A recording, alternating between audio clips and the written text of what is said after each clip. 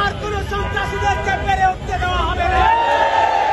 সন্ত্রাসীদের কালো হাতকে ভেঙে এদেশে একটি ন্যায়সঙ্গত সমাজ ব্যবস্থা প্রতিষ্ঠা করা হবে।